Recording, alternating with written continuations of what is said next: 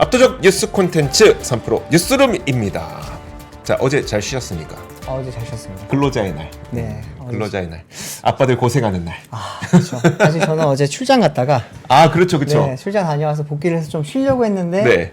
이제 또 아이들이 놀아달라고 하니까 그러니까. 그래서 저는 쉰 건지 안 쉰 건지 모르겠지만 어쨌든 출근을 하지 않았었다. 자, 우리 구독자분들도 근로자의 날 쉬셨을 수도 있고 저희처럼 이제 또 더 큰 노동을 하셨을 수도 있고 네. 물론 행복한 노동입니다만 그렇죠. 좋습니다. 그러면 오늘은 어떤 소식들이 준비되어 있을지 하나씩 보도록 하겠습니다. 네. 네, 첫 번째 뉴스는 제가 준비했습니다.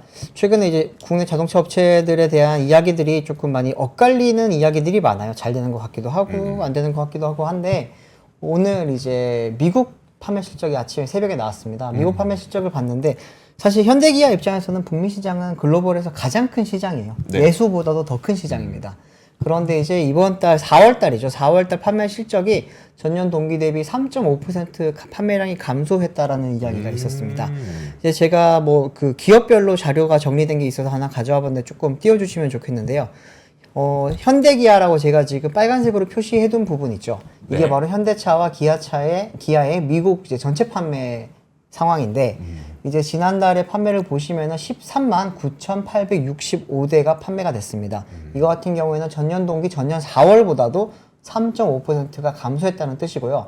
위에 보시면은 기업별로 나와 있어요. 제네시스, 현대, 그리고 현대랑 제네시스 합친 거 기아 이렇게 되어 있는데 우선 제네시스부터 한번 보시면은 마이너스 6%를 기록을 했습니다. 그리고 이제 현대 같은 경우에는 마이너스 3.1%, 네. 그리고 기아 같은 경우에는 마이너스 3.6%, 이렇게 지금 전 브랜드가 다 감소를 했다고 나오거든요. 이게 지금 이건 판매 대수인 거죠? 네, 그렇습니다. 판매 대수. 여기는 이제 판매액이 아니고 그 자동차 같은 경우에는 사실 대수로 대부분 이야기를 많이 합니다. 네. 물론 뭐 경영 실적을 할 때는 당연히 이제 판매 금액으로 이야기를 하지만요. 근데 보시면은 이제 북미 시장에서 이렇게 판매가 조금 많이 준 것에 대해서 이야기들을 할 수밖에 없는 게 지금 제가 일부러 이 표를 가져온 게 이제 경쟁 업체들이라고 하는 일본 업체들입니다. 일본 업체 같은 경우에는 혼다 같은 경우에는 0.4%로 지금 뭐 유지를 했고요. 이제 혼다 브랜드만 보면은 3.2% 올랐습니다. 그리고 이제 밑에 보시면은 제일 밑에 보시면은 토요타 있죠. 네. 토요타가 현재 지금 미국에서 계속 1등을 하고 있는데 토요타 같은 경우에는 전체적으로 보시면은 전년 동기 대비 13.7% 판매량이 늘었습니다. 네. 렉서스가 4.8% 늘었고요. 토요타는 15.2%가 늘었습니다. 일본 차가 지금 미국에서 굉장히 인기가 좋죠. 좋을 네. 수밖에 없는 게 뭐 많이들 우리나라 사람들도 그 머릿속에는 하이브리드 하면은 일본 차죠. 그리고 토요타죠. 네. 이게 딱 약간 인식처럼 박혀 있다 보니까 실제로 지금 미국 시장 전체에서도 보시면은 지금 하이브리드 판매가 굉장히 지금 잘 되고 있고요. 그러다 보니까 이제 토요타 같은 경우에는 전 라인업 모든 차에 다 이제 하이브리드 파워트레인을 가지고 있습니다. 사실 우리가 네. 그 토요타의 프리우스 있잖아요. 그렇죠. 그 네. 프리우스가 제일 잘 팔린 하이브리드 아니겠습니까? 맞습니다. 근데 네. 북미 시장에서도 프리우스가 어떤 이미지였냐면 제일 못생겼는데 제일 잘 팔리는 차. 맞습니다. 예. 프리우스는 분명히 엄청 못생겼는데 많은 사람들이 제일 많이 사는 차가 많이 샀죠. 바로 네. 프리우스였는데 사실 우리는 그때까지만 해도 사실 좀 무시했죠. 네. 저 못생긴 거 그냥 가성비 좋다고 산다, 연비 그쵸. 좋다고 산다 이런 거였는데 우리가 전기차 캐즘에 빠지게 되고 하이브리드의 어떤 그 수요가 확 높아지게 되자 네네. 결국 그렇게 이제 쌓아왔던 하이브리드의 기술력이 네네. 전체 판매량이 높아지는 결과로 좀 다가온 게 아닌가. 맞습니다. 라는 약간 우리가 항상 이제 시대가 변할 때 아유 쟤네 아직도 저거 해? 막 하면 무시하는데 그게 그렇게 쉽게 끝나진 않더라라는 생각이 또 이번에 들게 됩니다. 맞아요. 이게 뭐 다들 기억하시지만 토요타 회장이 아직까지는 전기차보다 우리는 하이브리드라고 이야기를 했다가 네. 몇 개월 뒤에 이제 회장 자리에서 내려오고 막 그런 일이 있었잖아요. 네. 근데 지금 와서 이제 평가를 하기로는 토요타 아키오 회장의 판단이 어쩌면 맞았을 수도 있다. 아직까지는 현업에 조금 더 충실하면서 이제 전기차라든지 배터리 개발 같은 경우에는 조금 더 R&D를 완벽하게 하고 네. 또 이제 또 인프라가 좀 많이 갖춰진 이후에 가는 게 맞지 않았겠느냐라고 하는 지금 애널리스트들의 분석이 많이 나오고 있기는 합니다. 네. 근데 뭐 저 같은 경우에는 그런 분석에 100% 동의하는 건 사실은 아니에요. 왜냐하면은 이게 이제 어느 정도 판매를 하면서 그리고 인프라를 같이 깔면서 가야 되거든요. 네. 그걸 가장 잘한 기업이 뭐 다들 아시죠? 테슬라잖아요. 테슬라죠. 테슬라가 그렇게 지금 먼저 페이스메이커 역할을 하면서 지금까지 전기차라는 거를 개발을 해왔고 또 판매를 많이 했고요. 또 무엇보다도 이제 충전 인프라를 굉장히 많이 깔지 않았습니까? 네. 그렇게 하면서 이제 전기차라는 게 어떤 생태계를 만들어 갈지에 대해서 보여줬고 그 부분을 이제 다른 폭스바겐이나 현대차나 뭐 그리고 이제 토요타는 잠깐 지금 멈추고 있지만 토요타라든지 이런 레거시 기업들이 따라가면서 이렇게 산업이 만들어졌던 거예요, 사실은. 네. 그런데 이제 그런 산업이 만들어지면서 이제 약간은 어쩌면 그 과정에서 희생이 필요하죠. 뭐 실적도 조금 안 좋아질 수도 있고 또 사실 R&D 비용이 수십조가 들어갑니다. 네. 그렇기 때문에 이 작은 기업들은 거기에 섣불리 들어가기가 쉽지 않아요. 그렇기 때문에 현대, 폭스바겐, 토요타, GM 이런 큰 기업들 중심으로 가는 거고 포드라든지 스텔란티스 정도만 되더라도 네. 사실은 어렵죠. 굉장히 부담스러워요. 네.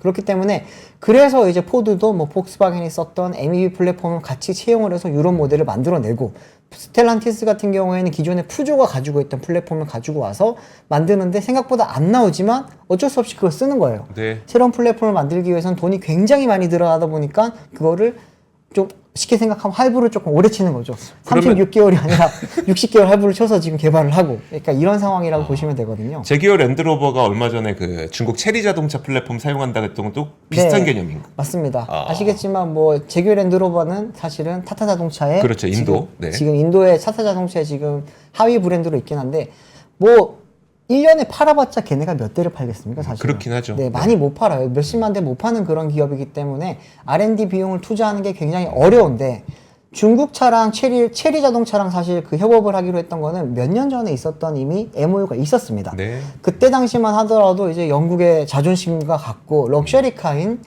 제기어 랜드로버가 무슨 체리 플랫폼이야 이랬는데 아시겠지만 요즘 중국 전기차들 장난 아닙니다. 중국 내연기관은 뭐 사실 많이 허접하기도 했고 이제 또 내연기관의 엔진 성능이 안 좋았는데 네. 전기차로 넘어가면서 CAT의 BYD 같은 그런 배터리가 워낙 짱짱하게 받쳐주고 있고 또 그 사이에 이제 유럽 출신들의 그런 엔지니어들을 굉장히 많이 데려오면서 아키텍처 만드는 기술을 지금 쌓았어요. 네. 그들은 사실 내연기관을 안 하고 전기차로 바로 넘어가는 지금 상황이거든요. 그러다 보니까 아키텍처 플랫폼 배터리를 다 잘 갖추고 있다 보니까 거기에다가 제규 랜드로버 갖고 있던 그런 어떻게 보시면은 주행 성능 그리고 오프로드 성능 네. 그리고 이제 기존에 가지고 있었던 뭐 RNH라든지 MVH라든지 여러 가지 자동차를 만드는 기술 네. 이거를 이제 도입을 하게 되면은 괜찮아지지 않겠냐라고 하는 건데 뭐 그런 일들이 지금 많이들 일어나고 있고요. 그렇기 때문에 지금 이제 하이브리드가 요즘은 잘 팔립니다. 하이브리드 잘 팔리기 때문에 하이브리드에 많이 올인이라기보다는 비중을 많이 실어야 돼요. 현대기아 같은 경우는 이번에 이제 미국 판매를 보시더라도 전체 판매는 줄었지만 네. 친환경차 판매는 늘었습니다. 친환경차 판매가 늘었고 이제 각각 보시면은 하이브리드도 한 20% 정도 늘었고요. 전기차 같은 경우에는 순수 전기차 같은 경우에는 훨씬 많이 늘었습니다. 네. 29% 정도 늘었는데 그 보시면은 전기차가 팔려 걔네가? 이 생각들을 많이 하세요. 국내에서 요즘 전기차가 많이 좀 부진하다 보니까. 그런데 미국 시장 같은 경우에는 뭐 아시겠지만 일반 소비자들도 많이 크지만 렌터카라든지 법인차라든지 이런 플릿 시장이라고 하는 법인차 시장이 굉장히 큽니다. 네. 그렇기 때문에 현대 같은 경우에도 보시면은 이번에 아이오닉 5, 아이오닉 6 모두 다 판매량이 두 자릿수 이상 늘었거든요.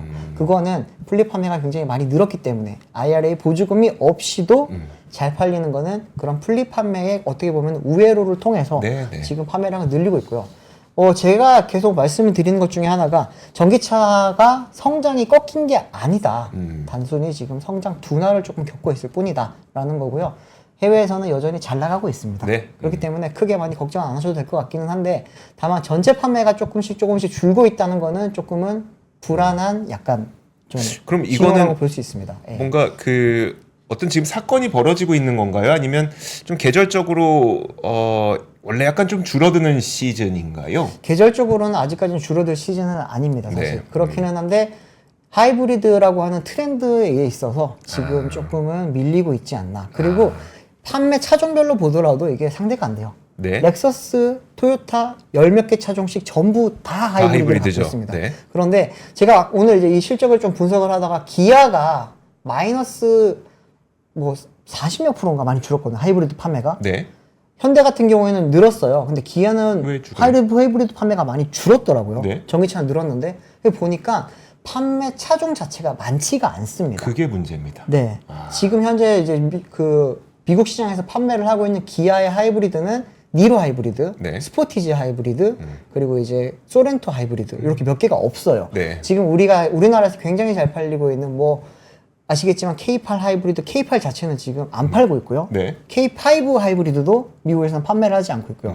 카니발 하이브리드가 국내에서 엄청 잘 팔리잖아요. 아직까지 미국에서는 판매를 하고 있지 않습니다. 그렇기 때문에 그런 이제 뭐 주력 차종이라고 하는 차들의 하이브리드 모델이 조금 늘어나야지 현대도 많이 늘 수가 있을 거고, 국내에서 하이브리드 제일 많이 팔리는 차는 소렌토 하이브리드 그리고 네. 산타페 하이브리드거든요.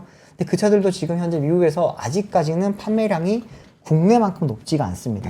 그렇기 때문에 현대도 되게 지금 머리가 많이 고민이 많죠, 사실은. 네. 이제 하이브리드 판매를 늘리면서 전기차도 같이 가야 되다 보니까 돈이 많이 들어가는 거죠. 알겠습니다. 자, 우리 그 전기차 얘기 나온 김에 그럼 자동차 얘기 조금 더 하고 다음 뉴스 한번 가볼까요? 네네. 그 우리가 쉬는 동안 테슬라 관련된 뉴스가 굉장히 많이 나왔었어요. 그렇습니다. 여러분들도 아마 보셨을 텐데 제가 그 몇 가지만 한번 정리해 드리도록 하겠습니다. 주로 나왔던 게 크게 저는 세 가지 뉴스를 좀 봤는데, 첫 번째 뉴스가 이제 일론 머스크가 슈퍼차저의 전원 인력을 해고했다. 500명 다 해고했다는 소식이 하나가 있었고요. 그렇죠. 그 다음 소식이 뭐였었냐면, 원래 기가 캐스팅으로 수익성을 크게 높이려고 했었잖아요. 생산단의 그 혁신을 이뤄내겠다는 게 기가 캐스팅이었는데, 기가 캐스팅을 원래 전체적으로 쓰려고 했단 말이에요. 근데 그 계획도 포기하기로 했다. 네. 라는 게 두 번째 뉴스가 있었고요. 맞습니다. 세 번째 뉴스는 약간 이건 좀 촌극 같긴 한데, 일론 머스크가 테슬라 회장에서 사임해야 된다. 네. 내려와야 된다. 물러나야 된다. 이런 뉴스가 있었는데, 그 세 가지 다 하나씩 말씀드리도록 하겠습니다. 자, 먼저 첫 번째로 그 일론 머스크가 테슬라의 충전 인력을 전원 해고했습니다. 500명을 전원 해고했는데, 네. 그리고 나서 이제 그 X, 그러니까 소셜 네트워크 X에다가 쓴 내용이 뭐냐면, 테슬라는 여전히 슈퍼차저 네트워크를 확장할 계획이지만 네. 새로운 위치에 대해서는 더 완만한 속도로 추진하고 기존 위치의 100% 활용과 확장에 더 집중할 것이다 라고 밝혔습니다. 이게 그 우리가 영어를 우리말로 해석을 하다 보니까 이게 무슨 말이야 싶은 것들이 있지만, 그렇죠. 지금 보면은 새로운 위치라고 하는 건 사실 그 신산업을 말하는 거고, 기존 위치라고 하는 거는 자동차 판매를 얘기하는 거기 때문에 네. 지금 기존 위치의 100% 활용과 확장에 더 집중할 것이다 이렇게 밝혔다는 거는 우리는 차 판매를 좀 더 집중할 거다. 대신 여기 그 새로운 위치, 그러니까 충전이라든지 다른 것도 많이 있죠. ESS라든지 메가팩도 있고 네. 태양광도 있고 하니까요. 이런 새로운 그 성장 동력들에 대해서는 좀 완만한 성장을 추진하겠다. 어쨌든 기업을 경영을 하다 보면 가장 지금 집중해야 될 사업부가 있고, 그쵸. 조금 더 속도를 늦춰서 이 본질에 집중해야 될 그런 사업부들이 있잖아요. 그렇죠. 그것 가운데 하나가 이제 충전 사업부라고 봤던 거고, 본질인 자동차 판매에 조금 더 집중하겠다 이런 내용으로 보면 될 것 같은데, 네. 자, 어쨌든 근데 우리는 그 전기차가 보급화 되려면 뭐 가격도 저렴해져야 되지만 충전 경험이 되게 편해져야 되잖아요. 맞아요. 이런 가운데 슈퍼차저 사업부 전원을 해고했다고 하니까 과연 이게 무슨 의미냐에 대해서 여러 가지 해석들이 좀 나오고 있습니다. 그래서 블룸버그에서는 일단 지금 그 NACS 예. 그 테슬라의 충전 방식을 좀 뭐 포드, 제너럴 모터스 그리고 뭐 유럽 자동차들 다 그거 쓰기로 했잖아요. 맞아요. 현대차도 쓰기로 현대 했잖아요. 벤츠 다 씁니다. 네. 다 쓰기로 했잖아요. 지금 우리가 니네 그 이거 잘 깔려 있어서 지금 미국 전역에 14,000개가 깔려 있으니까 네네. 잘 깔려 있어서 이거 우리가 같이 사용하려고 낙스 채택한다 했더니 갑자기 뭐 전원 해고해? 이거 굉장히 당황스러울 거죠. 네. 그래서 자동차 기업들도 과연 이게 어떤 방향으로 흘러갈지에 대해서 지금 유심히 살펴보고 있다 정도만 얘기가 나오고 있습니다. 네. 왜냐하면 테슬라도 지금 어떤 결정을 했는지에 대해서 명확하게 밝히고 있지 않기 때문에 이 다른 OEM 업체들도 우리 어떻게 할 겁니다라는 명확한 얘기는 하지 못하고 네. 좀 어떻게 할 건지 지켜봐야 됩니다. 요 정도까지만 얘기가 나오고 있고요. 다만 그 바이든 정부의 재선 캠페인이 지금 한참 진행이 되고 있는데 전기차 그 전환 정책이 또 바이든 행정부의 굉장히 강력한 원동력 가운데 하나였잖아요. 요거가 좀 약해질 수 있다는 분석은 나오고 있습니다. 그리고 제가 이게 얼마나 신뢰도 높은 분석인지는 모르겠지만 이런 가능성도 있다 정도의 해석이 있었는데 이게 조금 와닿아서 한번 여러분들하고 공유를 해보고 싶은데요. 뭐냐면 지금 그럼 왜 이 충전사업부 전원을 다 해고했느냐에 네. 대한 분석이에요. 그러니까 분석일 뿐입니다. 정답은 아니고.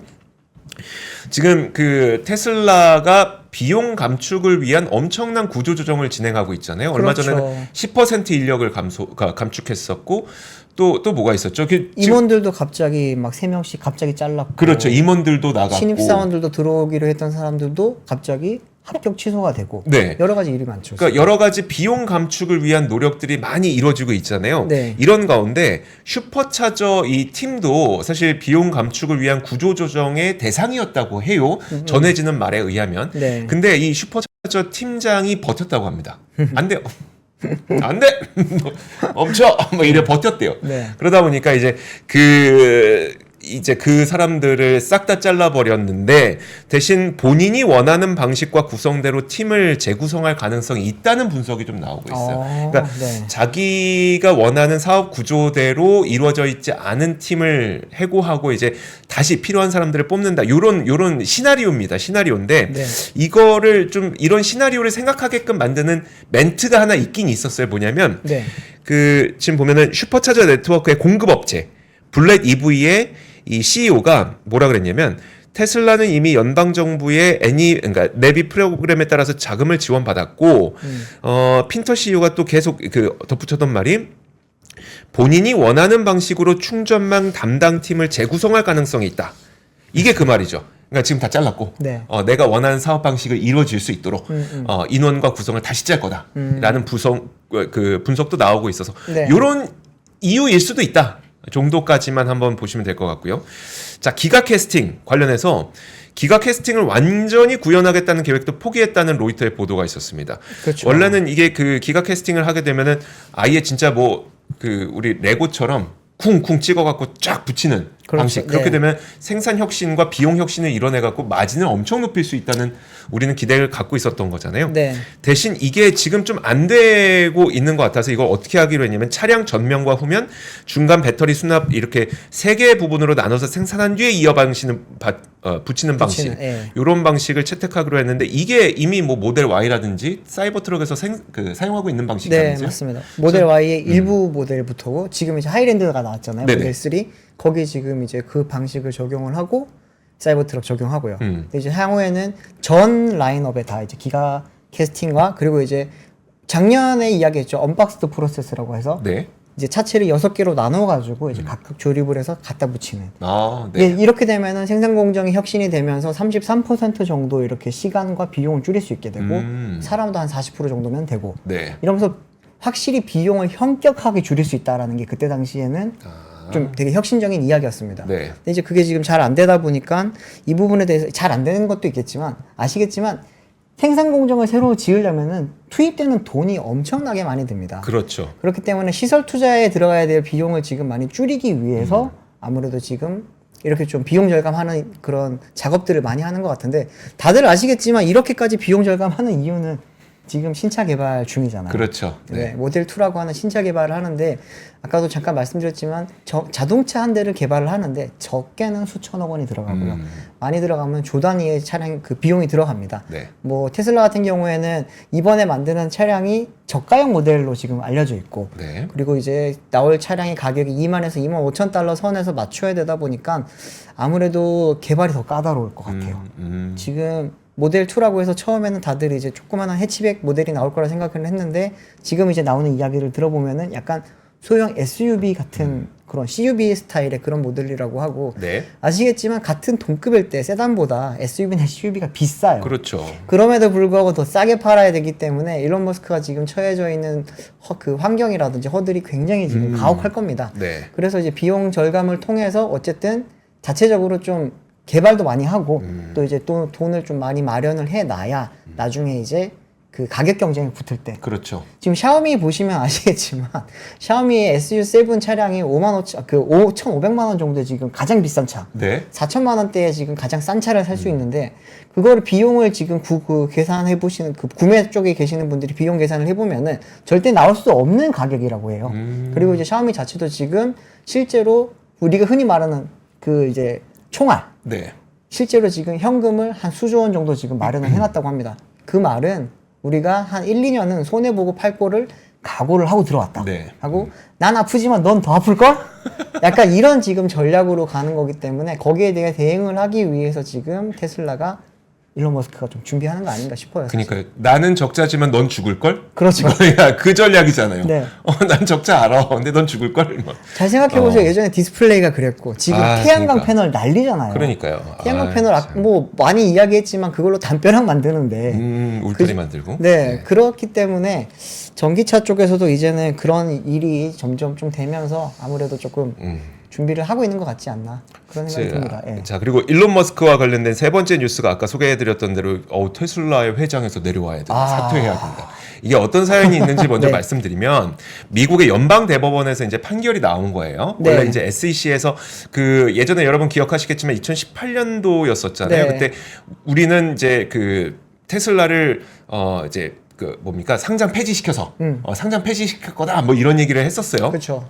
그러다 보니까 이거에 대해서 이제 그 투자자들을 호도하고 이런 것 때문에 그 소송을 제기를 했었고 그 연방대법원에서 어떻게 했냐면은 2천만 달러의 벌금을 부과하고 테슬라의 그 체어맨에서 내려오고 그리고 이 테슬라와 관련된 공식적인 발언을 트윗 X에서 네. 하지 못하게 하는 것으로 이제 연방 대법원에서 판결을 내렸는데 네. 근데 이게 그러다 보니까 그럼 그 일론 머스크는 이제 앞으로 테슬라에서 경영을 안 하는 거야? 라는 오인이 생긴 거죠. 네. 근데 그걸 보니까 이것도 약간 영어를 한글로 번역하는 과정에서 발생한 어떤 오류라고 볼 수 있는데 거기서 이제 체어맨이라고 썼던 거는 이사회 의장을 얘기하는 건데 네. 우리나라에서 이제 보통 이렇게 나오기로는 회장으로 나온 거예요. 그렇죠. 근데 우리는 일론 머스크가 테슬라의 CEO지 회장이 아니거든요. 회장이라는 이야기는 들어본 적이 없죠. 그렇죠. 네. 회장이 아니거든요. 네. 그리고 이미 이사회 의장에서 내려와야 된다고 이제 연방 대법원이 판결을 내린 거긴 하지만 네. 2018년에 이미 일론 머스크는 이사회 의장에서 내려왔어요. 네, 맞아요. 더 이상 내려올 곳이 없어요. 네. 어디 가지? 그러니까 약간의 그 오해가 있었던 네. 그런 부분이었다고 보시면 될 것 같습니다. 그래서 뭐 일론 머스크가 뭐 그렇죠. 네. 이제 트윗만 좀 안 하면 되겠네요. 네. 그러니까 처음에 저도 이거 소식을 보고 무슨 말이야 이게 도대체 무슨 말이야 했는데 알고 보니까 약간 이제 해석하는 과정에서 있었던 오류라고 보시면 될 것 같습니다. 근로자의 날에 테슬라 관련된 뉴스가 굉장히 엄청난 많이 뉴스가 나오네요. 많이 있었죠. 네. 자, 다음 뉴스 보겠습니다. 네, 다음 뉴스는 제가 부동산 뉴스 오랜만에 또 가져왔습니다. 네. 네, 뭐 좋은 뉴스인지 아닌지는 잘 모르겠지만 어쨌든 지금 최근에 아파트 가격이 이제 많이 변동이 많이 크잖아요. 네. 그런 가운데 이제 서울 아파트 가격이 매매 가격이 6주 연속 상승을 했다라고 하는 게 나와서 가져왔습니다. 그러면서 지금 시장 쪽에서는 지금 이게 결국에는 진짜 반등으로 이어지는 거 아니냐라고 네. 하는 그런 이제 이야기까지 많이 나오고 있는데 먼저 이제 한국부동산원이 매주 발표하는 이제 자료를 보시면은 4월 다섯째 주 전국 주간 아파트 가격 동향이 나왔습니다. 하나 좀 표를 띄워 주십시오. 이번 주 이제 서울 아파트 가격은 지난주 대비 0.03% 오르면서 6주 연속 상승한 것으로 나왔습니다. 지금 보시면 아시겠지만 서울은 0.03이라고 되어 있죠. 옆에 보시면 인천이 0.02% 올랐고요. 경기도 같은 경우는 0.03% 빠졌습니다. 대구가 0.07%가 빠졌고 부산이 0.05% 빠졌고요. 충남이 0.07%로 이제 대구랑 같이 가장 많이 빠진 지역으로 나왔습니다. 이 보시면은 서울 지역이 지금 보시는 것처럼 6주 연속 올랐습니다. 네. 이렇게 되다 보니까 저도 처음에는 이제 2월 말 3월 달까지만 하더라도 사실은 계절적 요인으로 인해서 이제 슬슬 좀 올라간다기보다는 어떻게 보면 잠깐 잠깐 오르는 것처럼 보이는 게 아닌가라고 생각이 들었었는데 네. 이게 계속 이제 올랐다 내렸다 하다가 이제 6주 연속 상승으로 가다가 보니까 아무래도 서울 안에서 특히나 이제 강남권이라든지 또 이제 마용성이라고 하든지 그런 흔히들 말하는 조금 인기 많은 지역들 있잖아요. 네. 이 지역은 계속 오르고 있기 때문에 아무래도 이제는 그 특정 지역에서만큼은 바닥은 조금 다진 게 아닌가라고 하는 그런 생각이 많이 들었습니다. 실제로 이제 보시면은 마포구 같은 경우 0.08%가 올랐고요. 영등포구도 0.07%, 동작구도 0.07%, 서초구, 강남구, 용산구가 0.05%가 올랐습니다. 그런데 서울에서도 뭐 여전히 떨어지는 곳들이 있습니다. 네. 많이들 이제 젊은 분들이 많이 투자했던 흔히들 말하는 노도강이라고 하는 노원구가 0.02%가 줄었고요. 그리고 이제 도봉구가 0.01%, 강북구가 0.01% 빠지면서 이들은 계속 이제 여전히 좀 하락세를 보이고 있습니다. 그런데 전국 기준으로 또 보시면은 네. 전국 아파트 가격은 이제 23주 연속 하락세를 이어갔습니다.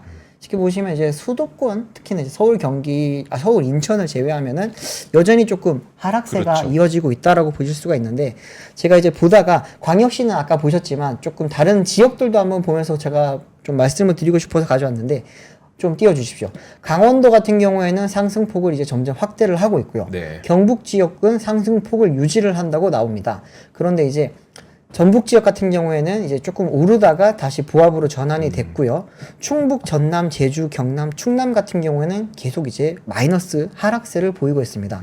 특히나 이제 보시면은 5번째 있는 전남 지역이라든지 경남, 충남 여기는 하락폭이 확대된다고 나옵니다.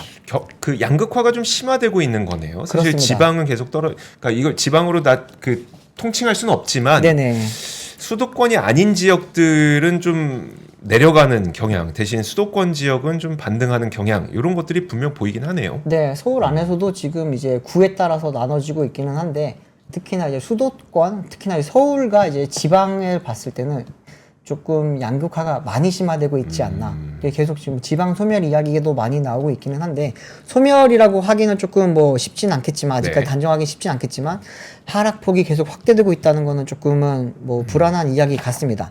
전세 시장 같은 경우에는 계속 오르고 있어요. 전세 가격이 지금 서울 기준으로 이제 50주 연속 올랐습니다. 네. 50주 연속이 올랐으면 이제 제가 지난번에 말씀드렸지만 2주 더 오르면 1년입니다. 내내 전세 가격이 오른 셈이 됩니다. 네. 그러다 보니까 부동산원에서도 지금 분석하기로는 이제 정주 여건이 양호하고 상대적으로 선호도가 높은 역세권 소형 규모 위주로 전세 수요가 꾸준히 유지되면서 상승 거래가 체결되고 있으며 매물 부족 현상도 나타나고 있다라고 합니다. 제가 매물 부족 현상이 나타나고 있다라는 점에서 조금 놀랐거든요. 사실은 전세 같은 경우는 실제로 실수요자들만 찾는 그럼. 겁니다. 우리가 전세를 2개, 3개 계약하진 않잖아요. 네. 그렇기 때문에 흔히 이제 이사철 이때 원래 조금 수요가 많이 몰리는데 이제는 4월 넘어가고 5월 달로 넘어가는 상황에서는 이사철이 사실 조금은 아니죠. 끝나가는 기준이거든요.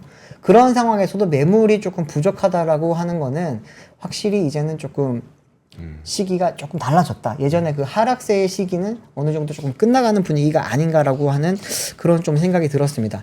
전세 가격 같은 경우에도 보시면은 서울이 이제 0.07%가 올랐고요. 전주 대비입니다. 경기가 0.05가 올랐는데 깜짝 놀란 게 인천입니다. 인천이 0.1%가 올랐습니다. 엄청나게 많이 올랐죠. 그러네요. 네. 인천 쪽에 지금 아파트가 뭐 매매 가격은 사실 조금 아직까지 많이 오르진 않고 여전히 하락세인 곳도 많거든요. 네. 근데 전세 같은 경우에는 지금 최근에 굉장히 많이 올랐다고 합니다. 그리고 이제 대구, 경북 지역에서 보면은 계속 여전히 마이너스고요. 경남도 그렇고요. 이게 지방으로 가면은 아직까지 전세 가격도 조금은 하락세를 보이는 것 같은데 제가 세종도 조금 놀랐습니다. 세종 같은 경우에는 마이너스 0.24%가 빠졌습니다. 크게 빠진 거죠? 저 정도면 굉장히 네. 크게 하락한 거죠? 그렇습니다. 한 주 기준으로 이제 전주 대비 0.24%가 빠졌다는 거는 굉장히 큰 변동인데 이 부분에 대해서는 저도 조금 나중에 추가적으로 취재를 한번 해봐야 될 것 같습니다. 이렇게까지 많이 빠지는 일은 사실 잘 없거든요. 네. 보시면 이제 전체적으로 부동산에 대해서는 이제는 나는 이제 하락을 좀 기다렸다가 나중에 집을 사야겠다 혹은 이제 집을 전세를 조금 더 살아봐야겠다라고 하는 분들이 많았을 텐데 서울 같은 경우에는 이제는 좀 전략적으로 들어갈 필요가 있을 것 같아요. 이제 흔히들 말하는 뭐 강남 3구 그리고 이제 강동구, 뭐 마용성, 네. 양천구 이런 곳은 이제는 어느 정도 바닥을 조금 다진 게 아닌가라고 하는 이야기도 있고요. 또 반대편의 이야기를 하시는 분들도 여전히 사실 많기는 합니다. 왜냐하면은 아직까지 이제 그 4월 이후에 올린다고 했었던 그런 뭐 위기설에 대한 게 아직까지 본격적으로 나타나진 않았고, 또 하나는 하반기 때 이제 금리 인상이 어떻게 될지, 그리고 이제 금리 인하가 안 이루어졌을 때 네네. 거기에 대한 이제 후폭풍이 또 어떻게 될지도 조금 기다려 봐야 되기 때문에, 조금 저는 그렇게 개인적으로는 그렇게 생각을 합니다. 아직은 조금 섣불리 움직이기보다는 약간 관망을 하는 게 조금 좋지 않을까? 지금 그 네. 제이돌돌님도 슬슬 갭 투자 또 나오겠네. 아, 그럴 수도 있습니다. 전세가가 네. 올라가다 보면 아무래도 투자할 수 있는 그 시드머니가 좀 줄어드니까. 맞습니다. 그게 그렇긴 한데, 또 한편에서는 조금 전에 이제 위로 올라간 어떤 분께서는 그 금리 안 내려요. 금리 높으면은 갭 투자 쉽지 않아요. 그러니까 쉽지 않죠. 지금 이런 상황입니다. 네. 제가 보기에도 그런 상황인 것 같아요. 그러니까 양극단으로 다녀서 어떤 분들은 야 이제 전세가 좀 오르니까 갭 투자도 가능하겠다라고 하면서 이제 부동산 시장도 이제 좀 더 살아나는 거 아니야라고 기대하시는 분이 있는 반면, 네. 아니 갭이 좀 줄어들면 뭐하나, 지금 금리가 여전히 높은데 네. 이거 감당 불가능하다 이렇게 주장하시는 분들, 이게 집이 있는 분과 없는 분의 차이입니다. 저 억울하지만 네. 이게 아이, 참. 갭이 조금 점점 이렇게 어떻게 보면 메워진다고 하죠. 네네. 갭이 좁아지게 되면은 그때는 사실 이제 좀 집을 사야 될 때라고 많이들 이야기를 하십니다. 저 같은 경우에도 이제 그때 저는 결혼할 집을 샀잖아요. 네. 그때 보면은 전세가와 매매가 차이가 굉장히 많이 좁혀져 있었을 때거든요. 돌아서고 나서 보니까. 그쵸. 그때 저는 이제 샀을 때 굉장히, 지금은 뭐 되게 좋죠. 사실은 그때 이제 많이 걱정을 덜 수가 있었기 때문에. 그런데 이렇게 되면은 이제 투기꾼들도 많이들 이제 몰릴 거고, 네. 그리고 이제 또 실수요자들도 그러면 그때는 구매를 해야 될 건가? 그니까. 한번 전세 한 바퀴 더 돌아야 되나? 고민을 많이 하실 텐데, 아직까지는 조금 뭐 변동성이 많이 큰 상황이기 때문에 저라면은 조금 더 기다려보지 않을까라고 하는 생각이 하게 됩니다. 네. 저도 금리가 높다에 한 표 던지겠습니다. 네, 저도 금리가 금리가 너무 높다지. 무주택자는 무주택자는 원래 그래야 됩니다. 금리가 높다에 한 표를 던져야 돼요. 나도 내 집 갖고 싶다고. 금리 내릴까요? 근데 진짜 안 내릴 것 같아요. 아, 금리가 내릴까? 참. 네. 사실 요즘에 나오는 이야기가, 그러니까 매크로로 봤을 때, 네. 매크로는 뭐 이제 우리나라의 경기를 정확하게 반영하는 건 아니지만, 그렇죠. 근데 어쨌든 그 미국 매크로에서 요즘 나오고 있는 이야기가 딱 1분기 GDP가 1.6%가 나오고, 네. 그러니까 미국입니다. 우리나라는 1분기에 1.3% 나왔지만, 네. 미국은 1.6% 나왔는데 물가가 3%대예요. 야, 이거 스태그 아니냐? 그러니까 물론 그게 너무 우리가 과도하게 그 겁을 주거나 과도하게 걱정할 필요는 없지만, 약간 뭔가 낌새가 이상한 거죠. 경기는 성장률은 조금 떨어지고 있는데 물가는 안 떨어지고 있고. 그렇죠. 이런 것들이 항상 그 공급단에서 문제가 생겼을 때 그때 이제 항상 이런 일이 생기잖아요. 네네. 원래는 그냥 수요만 눌러 놓으면은 물가가 잡히면 상관이 없는데, 이게 공급이 부족해서 수요가 뭐 그렇게 많이 늘지 않아도 물가가 올라가는 그런 상태. 네네. 요즘에 우리가 이제 구리 가격 얘기했던 것도 광산 파업해서, 은 가격 오르는 것도 광산 파업이거든요. 그쵸. 작년 4개월 동안 광산이 파업해서 뭐 원자재 가격, 설탕 가격, 커피 가격 이런 것도 다 어떻게 보면 수요 자체의 문제라기보다는 네. 공급의 문제가 있어서 그러다 보니까 약간 걱정을 하곤 하는데, 그래서 저도 과연 올해 안에 정말 금리를 내릴 수 있을까? 그러게요. 오늘 뭐 아침에 새벽에 이제 또 많이들 보셨겠지만 FOMC 결과를 보더라도 금리, 글쎄요, 뭐 불안감 해소 이야기는 많았습니다. 네. 금리 인상을 하겠다라고 하는 시원한 그런 시그널은 사실은 없었잖아요. 인하를 하겠다는 시그널이 네네네. 없었죠. 금리 인하를 네. 하겠다는 그런 시그널이 없다 보니까 지금도 갭이 엄청 큰데 우리나라와의 금리가 과연 어떻게 될지 그러니까요. 좀 자, 지켜봐야 되지 않을까 싶습니다. 네. 와, 근데 요즘에 진짜 그러면 사볼까라는 생각을 하다가도 그 금리랑 해서 이제 원금과 이자를 계산을 해보잖아요. 네. 크긴 커요. 진짜 엄청 크죠. 커요. 그래서 네. 와, 요즘 집 사시는 분들 되게 존경스럽다라는 생각이 듭니다. 저는. 대단한 분들이십니다, 진짜. 자, 다음 뉴스는 그 반도체 한번 보겠습니다. 오늘 SK 하이닉스의 기자회견이 있었어요. 광노정 사장의 이제 기자회견이 있었는데, 참 어떻게 보면 이제 그 한편에서는 야, HBM 시장에서 SK 하이닉스와 삼성전자가 격돌을 펼치겠구나 라는 그 모습을 볼 수가 있었고, 또 한편에서는 와, 여전히 SK 하이닉스는 정말 압도적인 그 TSMC, 엔비디아와의 파트너십을 갖고 있구나. 이런 부분들 좀 볼 수가 있었습니다. 어떤 내용인지 한번 전해드리면 오늘 그 AI 시대 SK 하이닉스의 비전과 전략이라는 기자간담회가 있었는데 일단 그 곽노정 사장이 생산 측면에서 보면 이미 올해 완판이다. 내년 것도 거의 다 완판됐다. 그럼 내년까지는 뭐 걱정할 거 없다는 얘기죠. 그렇죠. 일단 걱정할 거 없다는 얘기고 기술적 측면에서 보더라도 지금 HBM 5세대가 이제 HBM3E잖아요. 네네. 5세대 제품인 HBM3E 12단 제품의 샘플을 5월에 제공하고 3분기에 양산 가능하도록 준비하고 있다라고 얘기를 했습니다. 그러면서 HBM의 누적 매출이 100억 달러를 넘어설 거다라고 오늘 얘기를 했는데 네. 뭐 일단 솔드아웃 됐다는 거 좋고 그다음에 누적 매출 100억 달러 넘어설 거라는 얘기도 좋습니다. 하지만 이제 그 삼성전자도 잃어버렸던 그러니까 한번 놓쳤던 HBM 시장에서의 이 지위를 다시 한번 되찾아오기 위해서 노력을 하고 있잖아요. 맞습니다. 얼마 전에 이제 그 김재준 삼성전자 메모리 사업부 부사장이 컨퍼런스 콜에서 올해 하반기 HBM3E로의 급격한 전환을 통해서 고용량 HBM 시장 선점에 주력하겠다라고 얘기를 하면서 올해 기준 출하율을 전년 대비 이상 3배 이상 늘리고 내년에는 HBM 공급 물량을 올해보다 최소 2배 이상 확대하겠다. 라고 얘기를 했습니다. 네. 그러면서 이제 HBM3 이 8단 제품은 양산을 개시했잖아요. 그렇죠. 지금 가장 중요한 거는 우리가 그때 젠슨왕 CEO가 어프루브라는 사인을 했던 네. 12단이 문제인데 네. 12단 제품에 대해서도 샘플을 공급 중이며 올 2분기 중에 양산을 예정하고 있다. SK하이닉스도 이제 12단에 대해서 3분기 양산 가능하도록 준비하겠다고 했고 네. 삼성전자에서도 2분기 양산을 준비하고 있다고 했고 지금 그러니까 굉장히 누가 이것을 가져갈 거냐. 일단 구도적으로만 보면은 SK하이닉스는 워낙 강력한 파트너십인 엔비디아와 TSMC를 모두 다 갖고 있기 때문에 그렇죠. 이 선두의 위치를 함부로 빼앗진 못할 텐데 네. 삼성전자가 과연 이 가운데 얼만큼을 가져오게 될 것인지 그 부분이 우리에게 가장 큰 관심사 아니겠습니까? 네. 이 부분에 있어서 올해 정말 강력한 경쟁이 펼쳐지지 않을까라는 생각이 듭니다. 근데 HBM 아니라고 하더라도 올해는 저희가 연초부터 전해드렸지만 PC 시장 살아나고 있죠. 네. 그리고 이제 그 온디바이스 시장 기대감 높죠. 그 다음에 서버 때문에 기업형 SSD 낸드 플래시 지금 가격 올리고 있죠. 이런 걸 그렇죠. 보면은 D램, 낸드, 그러니까 HBM 같은 AI 그 첨단 반도체 아니라고 하더라도 네네.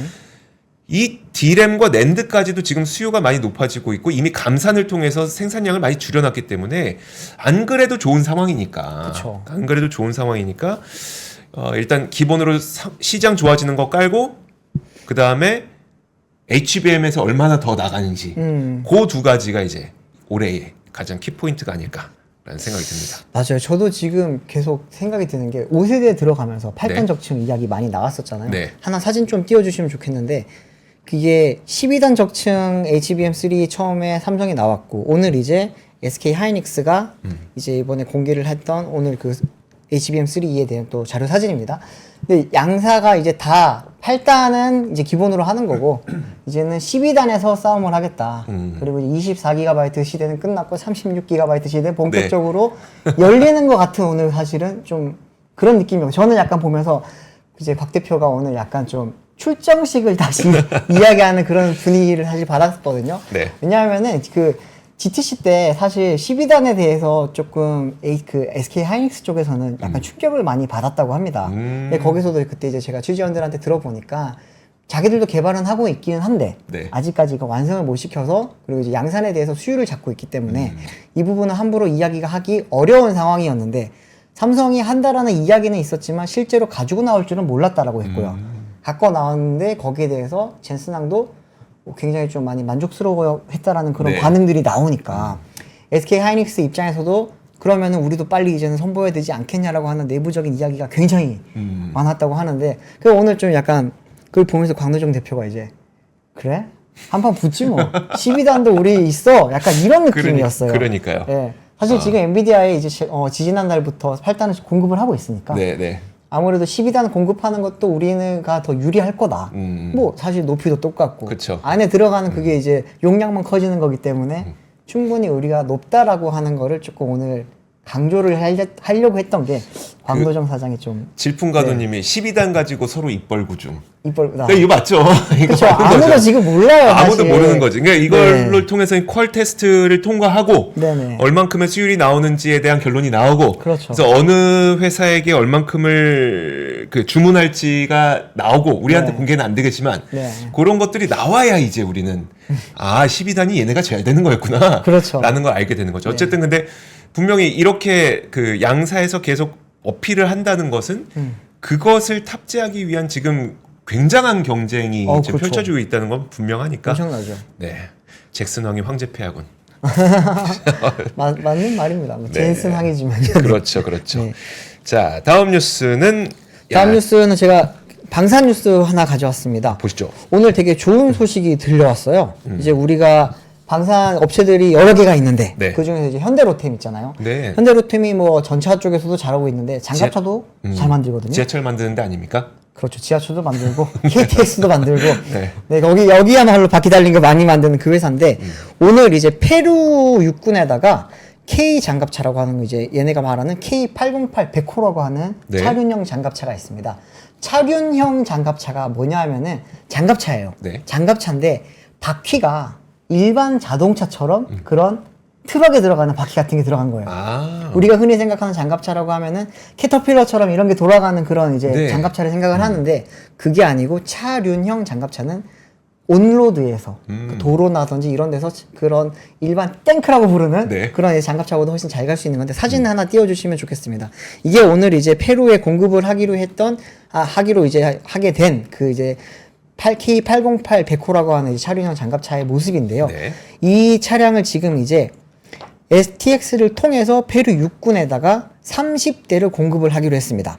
이제 이번 수주 전체 금액은 6천만 달러라고 하고요. 이제 이게 하나로 따지면 한 828억 원, 약 한 830억 원 정도 된다고 합니다. 네. 그런데 이게 30대가 중요한 게 아니고 아시겠지만 이런 어떻게 보면 이런 이제 방산 같은 경우에는 제품을 하나를 뚫게 되면은 그때부터는 그 물량이 확대가 될 수 있고 그렇죠. 그리고 또 이제 MRO라고 하는 네. 이제 그 계속 이제 유지 정비를 해야 되는 게 계속 들어가는데 이번에도 역시 이번에 이제 30대 우선 협상 대상자가 되면서 공급하게 됐고 나중에 되면은 120대까지 이제 공급을 확대할 수 있다고 합니다. 네. 그렇게 되면은 지금보다도 4배 정도 커지는 거죠. 그러면은 한 3,500억 정도 규모 그 정도 이제 굉장히 큰 사업이 될 수 있기 때문에 이 부분에 대해서는 지금 기대하는 바가 많습니다. 그리고 이제 이 차량이 뭐가 좋냐고 하면은 네. 이게 사진 보시면 아시겠지만 굉장히 무겁고 뚱뚱하고 네. 빨리 못 갈 것 같잖아요. 네. 최고 시속 몇 킬로 갈 수 있을 것 같아요? 이 정도 무게면 이거 다 쇳덩어리일 테니까 네. 좋습니다. 많이 써서 80. 조금 더 써봐요. 조금. 80 넘어요? 네. 90? 이게 최고 100킬로까지 가요. 아, 그래요? 엄청 빠릅니다. 엄청 빨라요. 오. 네. 이게 물에서도 갑니다. 수륙 양용이거든요. 네. 물에서는 이야. 최대 시속 8km로 갈 수 있기 때문에 민첩성이 굉장히 뛰어나다고 하고요. 지금 보시면 아시겠지만 기관총을 장착을 할 수 있고 또 펑크가 나더라도 계속 갈 수 있어요. 네. 흔히 말하는 럼플렛 타이어라고 하잖아요. 네. 그게 타이어 이런 게 달려 있다 보니까 전쟁 상황에서 또는 이제 훈련 상황에서 굉장히 지금 많이 쓸 수 있는 거거든요. 그렇기 때문에 지금 폴란드에서도 이걸 지금 뭐 들여오니 많이 뭐 이런 이야기도 많았고 지금 이제 여러 나라들이 군산 장갑차, K9 자주포, K2 뭐 많잖아요. 네. 그런 것들에 이어서 이제는 이런 차륜형 장갑차도 국내가 이제 많이 해외로 좀 많이 나가는 그런 모습입니다. 네. 요즘 뭐 아시겠지만 방산업체들 분위기 좋잖아요, 좋아요. 진짜. 실적도 굉장히 좋아요. 네. 그냥 좋은 게 아니고 그냥 수주만 잘하는 게 아니고 수주 플레이를 넘어서 실적으로 넘어가고 있는데 실적 하나 정리한 게 있어서 제가 가져왔습니다. 이거는 연합 인포맥스 쪽에서 정리를 한 건데 뭐 보시면은 하나 에어로스페이스 같은 경우에도 매출이 전년 동기 대비 9.1% 늘었고요. 네. 현대로템 이제 9.3% 늘었고 카이 이제 전투기 만드는 카이 같은 경우에는 38%가 늘었습니다. 그런데 이제 매출이 중요한 게 아니라 영업이익이 더 중요하잖아요. 네. 보시면은 영업이익이 전년 동기 대비 102.6% 2배 늘었습니다. 2배. 어. 보시면 LIG 넥슨 같은 경우에도 매출이 늘었고요. 전체적으로 이제 K 방산 업체들의 분위기가 굉장히 좋습니다. 네. 뭐 주가도 좋고, 그렇죠. 실적도 좋고, 수주도 잘하고, 좀 이제 되게 좋은 이야기들이 많이 들려오다 보니까 이제 방산 쪽에도 좀 많이 이제는 눈을 돌려서 이제는 봐야 되지 않을까 그런 좋습니다. 생각이 듭니다. 예. 자, 좋습니다. 다음 것도 한번 보겠습니다. 다음 소식은 하이브 오늘 잠정 실적 나왔어요. 아, 네네. 사실 하이브 잠정 실적은 뭐 엔터 관련돼서 투자를 하시는 분들이야 관심이 있으셨겠지만 네. 일반인은 그렇게 관심이 많지 않을 텐데 왠지 이번 실적은 정말 일반인 분들이 많이 보지 않았을까? 많이 봤을걸요? 라는 네. 생각이 듭니다. 하필이면 이번 1분기 영업이익이 72.6% 급감했거든요. 사실 이거는 뭐 최근에 있었던 이제 하이브와 민희진 대표와의 사건과는 전혀 별개의 실적입니다. 그렇죠. 전혀 상관없는 실적이지만 뭔가 이렇게 느낌이 그렇잖아요. 뭐 이게 싸우더니 갑자기 실적이 뭐 전혀 상관없는 이야기인데 그러면 네. 일반인 분들은 야, 하이브 뭐 싸우더니 민희진하고 싸우더니 뭐 영업이익도 70% 급감했네라고 하실 수 있겠지만 네. 그거랑은 전혀 상관없습니다. 자, 일단 우리는 뭐 경제 방송이니까 그래도 이 관련 내용을 좀 짚어드리면 그렇죠. 화면 보시면은 매출액이 12% 줄어들었고요. 그 다음에 네. 영업이익이 72% 줄어들었는데 제일 큰 이유는 아무래도 이제 BTS와 같은 주요 아티스트들의 공백기였습니다. 맞습니다. 그리고 이제 신인 데뷔가 올해 굉장히 많이 기대가 되어 있었어요. 그리고 컴백 무대도 상당히 많이 기대가 되고 있었는데 그런 부분의 어떤 시차라고 보시면 될 것 같습니다. 그래서 이제 72%가 적었던 거고 네. 저는 사실 근데 이 부분이 약간은 좀 걱정되긴 하는데 위버스 있죠, 위버스. 네. 원래 이 팬 플랫폼이 월간 활성 이용자 수가 1,000만 명이 안 됐, 이거 원래 되게 잘 나가던 거였었는데, 네. 1,000만 명 밑으로 내려가서 920만 명으로 8% 감소했다는 거예요. 많이 줄었다. 많이 줄었어요. 근데 이게 위버스라고 하는 건 이제 팬 플랫폼이고 이 팬 플랫폼을 통해서 팬과 아티스트가 그 소통을 하는 공간이다 보니까 네. 아티스트가 군대를 가버리면 줄어요. 줄 수밖에 없어요. 줄어요. 네. 우리 오빠 군대 갔는데 어떻게 소통하겠어요. 그래서 그렇죠. 줄 수밖에 없는데 그런 부분들이 좀 영향을 미쳤다라고 하는 거고 사실 이번에 그 박지원 대표가 박지원 대표가 멀티 레이블에 대해서 이번 네. 사건을 통해서 우리가 또 좀 더 보완해 나가겠다라는 이야기를 했는데 사실 저는 그러니까 보완하는 건 당연히 해야 된다고 생각을 합니다. 네. 그러니까 이번에 문제가 됐었던 게 사실 멀티 레이블이라고 하는 게 서로의 창의성과 독립성을 유지해 주고자 했는데 그렇죠. 그럼에도 불구하고 얘가 내 거 베꼈네 뭐 이런 식으로 이제 어떤 오해라든지 사건이 벌어졌던 거잖아요. 네네. 그러면 이게 그 멀티 레이블의 문제냐를 보면은 사실 멀티 레이블이 아니면 더 크게 벌어질 수도 있었던 문제라고 저는 봅니다. 그러니까 예를 들어서 뭐 A라는 그 그룹이 있었고 B라는 그룹이 있었는데 B에서 문제를 삼는 게 우리 뭐 예를 들어 이수만 이수만 총괄 대표가 뭐 A 이름을 좋아해서 B인 우리를 안 챙겨줬다라고 하면 네. 사실 멀티 레이블이 아닌 하나의 소속사 아니면 훨씬 더 문제가 클 수 있습니다. 왜냐면 진짜 만약에 SM이 이 A를 너무 사랑하고 B를 편애하게 되면 안 네. 좋아하면 이 B는 아예 기회가 없는 거잖아요. 그렇죠. 그나마 멀티 레이블이기 때문에 A에게도 기회가 있고 B에게도 기회가 있고 이런 건데 만약에 멀티 레이블이 아니었다면 더 클 수도 있는 문제였던 것이 멀티 레이블이었기 때문에 어느 정도 요 정도가 되지 않았나라고 저는 생각을 하기 때문에 네네. 멀티 레이블을 분명히 이제 뭔가 보완을 해야 되겠지만 멀티 레이블의 문제점으로 보면 안 된다. 이렇게 생각이 듭니다. 어쨌든 참 하필 이 사건이 터지고 있는 와중에 네. 1분기 실적이 하이브가 크게 감소하니까 왠지 경제와 관련 없는 분들도 많이 보시지 않았을까. 그러니까 영업이익이 갑자기 70%가 날아갔다고 그러니까요. 하니까 많이들 보셨을 것 같은데 뭐 사실 상관없잖아요. 네. 이 민희진 씨 사태 같은 경우에는 이번 달에 발생한 거고 그렇죠. 저건 이제 1분기 실적이기 때문에 네. 1분기 때 있었던 건데 다들 뭐 계속 말씀을 많이 하시고 계신데 BTS의 공백 효과가 제일 크죠. 효과라고 하긴 좀 그렇습니다. 이 영향이 좀 이제 많이 좀 받은 게 아닐까. 위버스 입장에서도 사실 대부분이 BTS 팬들과의 소통에서 일어나는 그럼요. 거기 때문에 네. 이제 그 부분에 대해서는 좀 영향이 많이 컸던 걸로 지금 보입니다. 네. 네, 다음 소식은 밥상 물가 이야기 하나 하겠습니다. 밥상 물가. 이게 뭐 밥상 물가 이야기가 안 좋은 이야기가 너무 많은데 네네. 저희가 이제 뭐 저도 장을 봅니다. 뭐 이주 기자도 장을 보겠지만 저는 사실 장을 안 봅니다. 안 봅니까? 쿠팡 잘 안 하세요? 제가 안 하고 이제 네. 저희 그 와이프가 하니까 네. 저는 이제 막 저도 사는 거 좋아하고 저 요리하는 걸 좋아해요. 그래서 제가 필요한 거를 막 식재료를 사고 막 이러는데 갈 때마다 너무너무 놀랍거든요, 사실.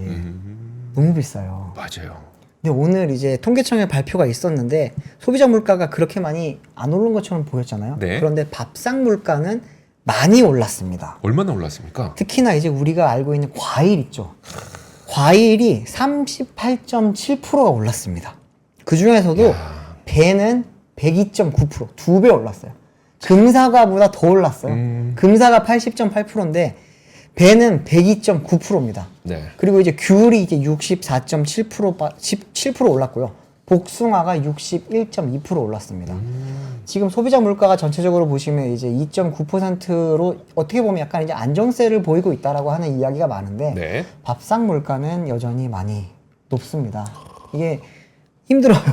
우리가 지난번에 얘기했던 게 그거였었잖아요.